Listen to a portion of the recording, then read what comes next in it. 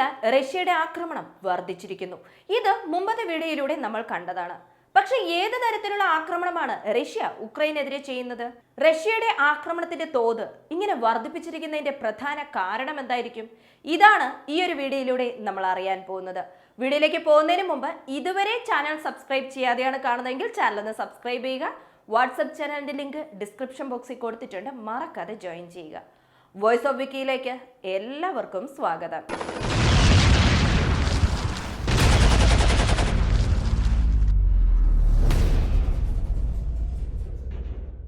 Russia 130 missile plus 36 drones വെച്ച് ഉക്രൈനെതിരെ ആക്രമണം നടത്തുന്നു. അതിനു മുമ്പ് എന്താണ് സംഭവിച്ചത് എന്ന് ചോദിച്ചാൽ, ക്രീമിയയിൽ നിർത്തിയിട്ടിരുന്ന റഷ്യയുടെ ഒരു ലാൻഡിംഗ് ഷിപ്പിൽ ഉക്രൈൻ ആക്രമണം നടത്തുന്നു. ആ ഒരു ആക്രമണത്തിൽ 30 റഷ്യൻ മറൈൻ സോൾജേഴ്സിനെ ഇതുവരെ കണ്ടെത്തിയിട്ടില്ല. ഈ ഒരു പ്രശ്നത്തിൽ ദേഷ്യം വന്നിട്ടാണ് 130 മിസൈൽ പ്ലസ് 36 ഡ്രോൺസ് വെച്ച് റഷ്യ ഉക്രൈനെതിരെ ആക്രമണം നടത്തിയത്. ഇതോടെ നിർത്തിയോ എന്ന് ചോദിച്ചാൽ ഇല്ല. വീണ്ടും അടുത്ത ദിവസം 90 ഡ്രോൺസ് വെച്ച് ആക്രമണം നടത്തിയിരിക്കുന്നു. നിങ്ങൾ ഞങ്ങൾക്കെതിരെ ആക്രമണം നടത്തിയാൽ ഞങ്ങളുടെ പ്രത്യാക്രമണവും ഉണ്ടാകുമെന്നും പറഞ്ഞ് ഉക്രൈൻ ബെൽഗറോഡ് ഭാഗത്ത് വീണ്ടും ആക്രമണം നടത്തി. ബെൽഗറോഡ് ഭാഗത്ത് ഉക്രൈൻ നടത്തിയ ഈ ഒരു ആക്രമണത്തെ പുടിൻ പറഞ്ഞത് ഒരു ടെററിസ്റ്റ് ആക്ട് എന്നാണ്. ഈ ടെററിസ്റ്റ് ആക്ടിനുള്ള തിരിച്ചടി എന്തായാലും ഉണ്ടാവുമെന്ന് പുടിൻ പറഞ്ഞിരുന്നു. മാത്രമല്ല 25 റഷ്യൻസിനെ കൊന്നു. 25 റഷ്യൻസിനെ കൊന്ന ഉക്രൈൻ. അപ്പോൾ പുടിന്റെ ദേഷ്യം എത്രത്തോളം ഉണ്ടാകും? ആ ഒരു ദേഷ്യം കാരണം ജനുവരി മാസം 2-ാം തീയതി വീണ്ടും റഷ്യയുടെ എയർ സ്ട്രൈക്ക് ഉണ്ടായിരുന്നു. ഇത് നടന്നത് കീവ്, അതായത് ഉക്രൈന്റെ തലസ്ഥാനത്തായിരുന്നു. ഉക്രൈന്റെ തലസ്ഥാനത്തുണ്ടായ ഈ ഒരു ആക്രമണം ഒരു ഓർഡിനറി അറ്റാക്ക് അല്ലായിരുന്നു. ഇത്രയും ദിവസം റഷ്യ ഉക്രൈൻ യുദ്ധം ആരംഭിച്ച ഇത്രയും ദിവസം കിൻസാൾ മിസൈൽ വളരെ കുറഞ്ഞ അളവിലാണ് റഷ്യ ഉപയോഗിച്ചുകൊണ്ടിരുന്നത്. എന്നാൽ ഇപ്പോൾ കിൻസാൾ മിസൈലിന്റെ എണ്ണം വർദ്ധിച്ചിട്ടുണ്ട് എന്നൊരു വിവരവും പുറത്തു വന്നിട്ടുണ്ട്. റഷ്യയിലെ 25 പേർ മരണപ്പെട്ടതിന് ശേഷം റഷ്യ നടത്തിയ ഈ ഒരു ആക്രമണത്തിന് ഉക്രൈന്റെ ജനറൽ സ്റ്റാഫ് പറഞ്ഞത് എന്താണെന്ന് വെച്ചാൽ, it is longest attack by Russians kamikaze drones എന്ന് പറയുന്നു. ഇതുവരെ നടന്ന കമിക്കാസ് ഡ്രോൺ അറ്റാക്കിൽ 90 ഡ്രോൺസ് അയച്ചിട്ടുണ്ടായിരുന്നു എന്ന് പറഞ്ഞല്ലോ. അതിൽ 87 എണ്ണത്തെ ഉക്രൈൻ ന്യൂട്രലൈസ് ചെയ്തു എന്ന് പറഞ്ഞിരുന്നു. പക്ഷെ പ്രശ്നം എന്താണെന്ന് ചോദിച്ചാൽ, ഉക്രൈന്റെ യഥാർത്ഥ പ്രശ്നം ഇവിടെ പുറത്തു പറയുന്നില്ല, അല്ലെങ്കിൽ പല മാധ്യമങ്ങളും അത് മറച്ചു വെക്കുകയാണ്. ഈ എയർ ഡിഫൻസ് സിസ്റ്റം എന്നൊരു സംഭവം ഉണ്ടല്ലോ. ഈ എയർ ഡിഫൻസ് സിസ്റ്റം ഒന്നിലധികം ടാർഗറ്റ്, അതായത് ഇത്രയും അധികം ടാർഗറ്റ് വരുന്ന സമയത്ത് കറക്റ്റായ രീതിയിൽ തന്നെ പ്രവർത്തിക്കുമോ എന്നത് ഒരു ചോദ്യം ചിഹ്നം മാത്രമാണ്. ഈവൻ അയൺ ഡോം തന്നെ ഫെയിലിയർ ആയ കാര്യമൊക്കെ നമുക്ക് അറിയാവുന്നത് തന്നെയാണ്. ഇസ്രയേൽ ഹമാസ് പ്രശ്നം പരിശോധിച്ചാൽ തന്നെ നമുക്ക് അറിയാവുന്നതാണ്. ഹമാസ് വിക്ഷേപിച്ച റോക്കറ്റ്സിന് അയൺ ഡോം പ്രോപ്പറായി പ്രവർത്തിക്കാതെ ചില അയൺ ഡോമിലെ മിസൈൽസ് അവരുടെ രാജ്യത്ത് തന്നെ മിസ്ഫയർ ആയി വന്ന് വീണതൊക്കെ നമുക്കറിയാം. ഈ കാര്യങ്ങളൊക്കെ നമ്മുടെ ചാനലിൽ തന്നെ അപ്ഡേറ്റ് ആയി പറഞ്ഞിട്ടുണ്ടായിരുന്നതാണ്. ഇപ്പോൾ നടക്കുന്ന ഈ കമിക്കാസ് ഡ്രോൺ അറ്റാക്ക് എന്ന് പറയുമ്പോൾ, അതും 90 കമിക്കാസ് ഡ്രോൺസ് എന്ന് പറയുമ്പോൾ, ഉക്രൈന്റെ എയർ ഡിഫൻസ് സിസ്റ്റത്തിലെ മിസൈൽ ഉക്രൈന്റെ ബിൽഡിംഗിൽ തന്നെ വന്ന് ആക്രമണം നടത്തിയെന്ന വിവരവും പുറത്തു വന്നിരുന്നു. ചില മിസൈൽസ് മാൽഫങ്ഷനായി, ചില മിസൈൽ പ്രോപ്പറായിട്ട് അതിന്റെ ടാർഗറ്റ് അറ്റൻഡ് ചെയ്യാൻ പറ്റാതെ താഴെ വന്ന് വീണു. ചില മിസൈലിന്റെ ഡെബ്രിസ് താഴെ വന്ന് വീണ് കത്തിക്കൊണ്ടിരുന്നു.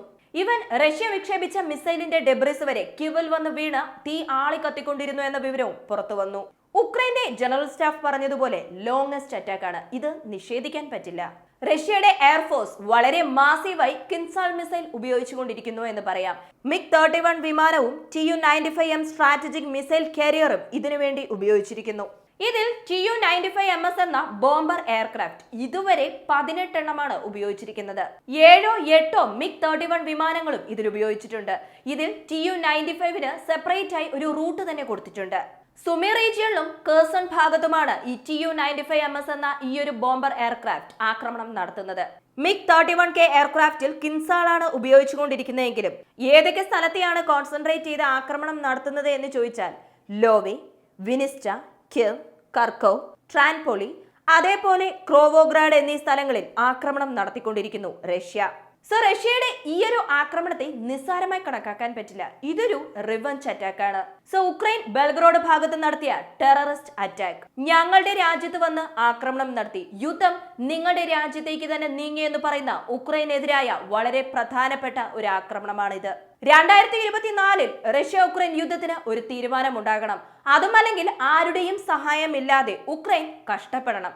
ഇതാണ് റഷ്യയുടെ പദ്ധതി. 2024 എന്ന് പറയുമ്പോൾ ഉക്രൈന് ആവശ്യമായ സഹായങ്ങൾ പല രാജ്യത്തു നിന്നും ലഭിക്കാനായി താമസം നേരിടുന്നുണ്ട്. ഇത് റഷ്യ കറക്റ്റായി പ്രയോജനപ്പെടുത്തുന്നു എന്ന് പറയാം. അങ്ങനെയാണെങ്കിൽ ഈ യുദ്ധത്തിൽ ഇറാൻ ജോയിൻ ചെയ്യുമോ എന്ന ഒരു ചോദ്യം വരാം. ഇറാൻ ജോയിൻ ചെയ്യും, പക്ഷേ ഡയറക്റ്റ് ആയിട്ടല്ല, ഇൻഡയറക്റ്റ് ആയിട്ട് ജോയിൻ ചെയ്യും. ഹൂതീസിനെ നോക്കുകയാണെങ്കിൽ ഹൂതീസ് അമേരിക്കക്കെതിരായ ആക്രമണത്തിൽ ഏർപ്പെട്ടുകൊണ്ടിരിക്കുന്നു, ഇസ്രയേലിനെതിരായ ആക്രമണത്തിലും ഏർപ്പെട്ടുകൊണ്ടിരിക്കുകയാണ്. ഹൂതീസ് ഇതോടെ നിർത്തിയോ എന്ന് ചോദിച്ചാൽ ഇല്ല. അവർ എന്താണ് പറയുന്നതെന്ന് ചോദിച്ചാൽ പലസ്തീൻ ജനങ്ങൾക്ക് വേണ്ടി, ഞങ്ങളുടെ സഹോദരങ്ങൾക്ക് വേണ്ടി ഈ യുദ്ധം ഞങ്ങൾ അവസാനിപ്പിക്കില്ല, ഇത് ഇങ്ങനെ തുടരും.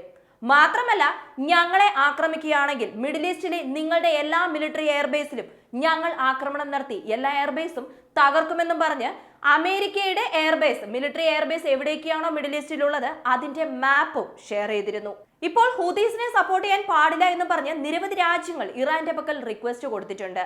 പക്ഷെ ഇറാൻ പറയുന്നത് എന്താണെന്ന് വെച്ചാൽ, നോട്ട് ഓൺലി ഹൂതീസ്, ഞങ്ങൾ റഷ്യക്കും സപ്പോർട്ടായിരിക്കും, അത് ആർക്കും മാറ്റാൻ പറ്റില്ല എന്നതാണ്. ഞങ്ങളുടെ രാജ്യത്തിന് വേണ്ടി, ഞങ്ങളുടെ രാജ്യത്തിലെ ജനങ്ങൾക്ക് വേണ്ടി, ഞങ്ങളുടെ രാജ്യത്തിന്റെ ഭാവിക്ക് വേണ്ടി എന്തൊക്കെയാണോ ആവശ്യം അതെല്ലാം ഞങ്ങൾ ചെയ്യും. അതെന്തിനാണ് നിങ്ങൾ സ്റ്റോപ്പ് ചെയ്യുന്നത്?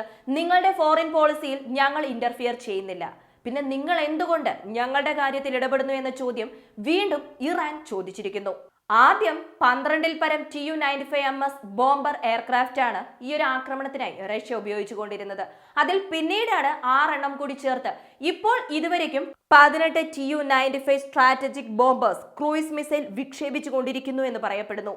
ഉക്രൈന്റെ തലസ്ഥാനമായ കിവിലെ എയർ അറ്റാക്കിൽ ഇതുവരെ 10 പേർക്ക് പരിക്കേറ്റിട്ടുണ്ട് എന്ന് പറയുന്നു. ഇതുവരെ മരണനിരക്ക് ഉക്രൈൻ പുറത്തുവിട്ടിട്ടില്ല. ഇപ്പോൾ അമേരിക്കയുടെ അംബാസിഡർ പറഞ്ഞിരിക്കുന്നു, ക്രിട്ടിക്കൽ ആൻഡ് അർജന്റ് ഹെൽപ്പ് ഉക്രൈന് ആവശ്യമായിട്ടുണ്ട്. എന്തുകൊണ്ട് ഇപ്പോൾ ഇദ്ദേഹം ഇത് പറയണം? അതിന്റെ പ്രധാന കാരണം ജോ ബൈഡന്റെ പക്കൽ ഇപ്പോൾ അത്രത്തോളം പവർ ഇല്ല. ജോ ബൈഡൻ എങ്ങനെയെങ്കിലും പണമായാലും ശരി, ആയുധമായാലും ശരി, ഇസ്രയേലിനെ സഹായിക്കണമെന്നും പറഞ്ഞ് അദ്ദേഹത്തിന്റെ പവർ അതിനുവേണ്ടി ഉപയോഗിച്ചുകൊണ്ടിരിക്കുകയാണ്. 2024 ഇലക്ഷനും വരികയാണല്ലോ. സോ ഈ 2024 അമേരിക്കയിലെ ഇലക്ഷനിൽ ജോ ബൈഡൻ വിജയിക്കണമെന്നുണ്ടെങ്കിൽ ജൂതർ പ്ലസ് ടോപ്പ് പൊസിഷനിലുള്ളവരുടെ വോട്ടുകൾ ലഭിക്കണം. അങ്ങനെ വോട്ടുകൾ ലഭിക്കണമെങ്കിൽ ഇസ്രയേൽ വിജയിക്കണം, അല്ലെങ്കിൽ ഇസ്രയേൽ വിജയിക്കുമെന്ന തരത്തിലുള്ള വാർത്തകൾ പ്രചരിക്കണം. ലോകം മുഴുവൻ അതിനെക്കുറിച്ച് സംസാരിക്കണം. ഇത് നടക്കാതായാൽ തീർച്ചയായും അമേരിക്കയുടെ ഇലക്ഷനിൽ വലിയ പ്രശ്നങ്ങൾ വരുമെന്നുള്ളത് കൊണ്ട് അമേരിക്ക ഉക്രൈനെ വിട്ടിട്ട് ഇസ്രയേലിന്റെ സൈഡിലേക്ക് പോയി. അതുകൊണ്ടാണ് അമേരിക്കൻ കോൺഗ്രസ് സഭ പോലും ഇസ്രയേലിനെ സഹായിച്ചാൽ കുഴപ്പമില്ല, പക്ഷേ ഉക്രൈനെ സഹായിക്കാൻ പാടില്ല, ഉക്രൈനെ സഹായിക്കുന്നതിന്റെ അത്രയും പണമോ ആയുധങ്ങളോ നമ്മുടെ പക്കൽ ഇല്ല എന്നും പറഞ്ഞ് ജോ ബൈഡനെതിരായ അഭിപ്രായങ്ങൾ പറഞ്ഞുകൊണ്ടിരിക്കുന്നത്. സോ വേറെ വഴിയില്ലാതെ ഉക്രൈനെ സഹായിക്കണം, അർജന്റായും ക്രിട്ടിക്കലായുമുള്ള സഹായം വേണമെന്നും പറഞ്ഞ് മറ്റുള്ളവരെ കൊണ്ട് പറയിപ്പിച്ചുകൊണ്ടിരിക്കുന്നു എന്ന് പറയാം. നോർവേ ഉക്രൈന് ആവശ്യമായ വെപ്പൺ സെല്ലിന് അനുവാദം കൊടുത്തിരിക്കുന്നു. വളരെ പെട്ടെന്ന് തന്നെ നോർവേയിലെ ആയുധങ്ങൾ ഉക്രൈനിലെത്തും. ഉക്രൈന്റെ അവസ്ഥ പരിതാപകരമാണ്. നിരവധി സ്ഥലങ്ങളിൽ കറന്റ് ഇല്ല, വെള്ളമില്ല. 2024 വളരെ പ്രധാനപ്പെട്ട മേജർ അറ്റാക്ക് ആയിരിക്കും ഇതെന്ന് പറയുന്നു. 2023 അപേക്ഷിച്ച് 2024 അധികമായ മിസൈൽസ് വിക്ഷേപിക്കുന്നുണ്ട്, അധികമായ കിൻസാൾ മിസൈൽ ഉപയോഗിക്കുന്നു, അധികമായ കമിക്കാസ് ഡ്രോൺസും വിക്ഷേപിക്കുന്നു. സാധാരണ ഒരു യുദ്ധം ഇത്രയും ദിവസം നീണ്ടുവരുമ്പോൾ അതിന്റെ ഇന്റൻസിറ്റി കുറയേണ്ടതാണ്. പക്ഷേ ഇവിടെ റഷ്യയുടെ യുദ്ധം വളരെ വ്യത്യസ്തമായിരിക്കുന്നു. ഓരോ വർഷം കഴിയും തോറും ഈ യുദ്ധത്തിന്റെ വീര്യം, തീവ്രത കൂടിക്കൊണ്ടിരിക്കുന്നു.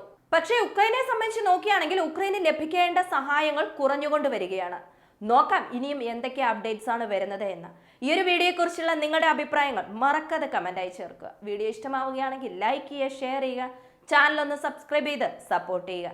വീണ്ടും അടുത്ത വീഡിയോയിൽ കാണാം. നന്ദി, നമസ്കാരം.